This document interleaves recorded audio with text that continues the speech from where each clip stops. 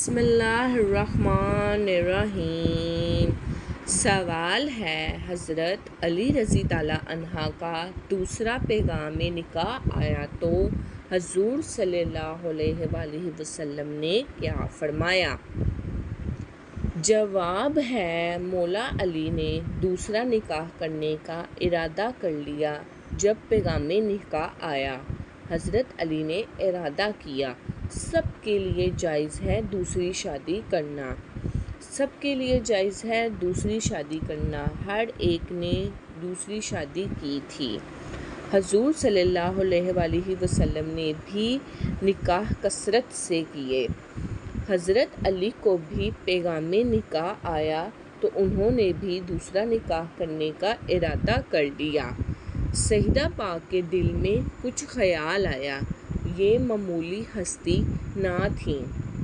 حضرت فاطمہ بہت زیادہ اداس ہو گئیں، ایسا لگتا تھا جیسے پورے چمن میں اداسی چھا گئی۔ حضرت فاطمہ بہت زیادہ اداس تھیں۔ انہوں نے حضور صلی اللہ علیہ وآلہ وسلم کو پیغام بھیجا۔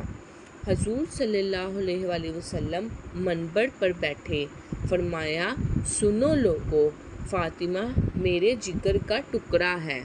جس نے اسے ناراض کیا، اس نے مجھے ناراض کیا۔ جس نے فاطمہ کو راضی کیا، اس نے مجھے راضی کیا۔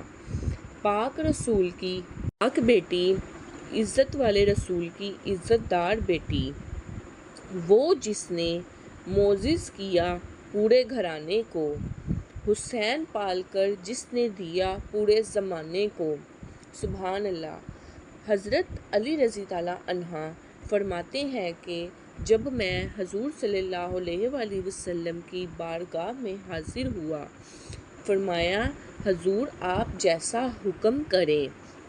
حضور صلی اللہ علیہ وسلم نے فرمایا، سب کے لیے جائز ہے دوسرا نکاح کرنا، لیکن جب تک میری بیٹی موجود ہے، علی تیرے لیے جائز نہیں کہ تو دوسرا نکاح کرے۔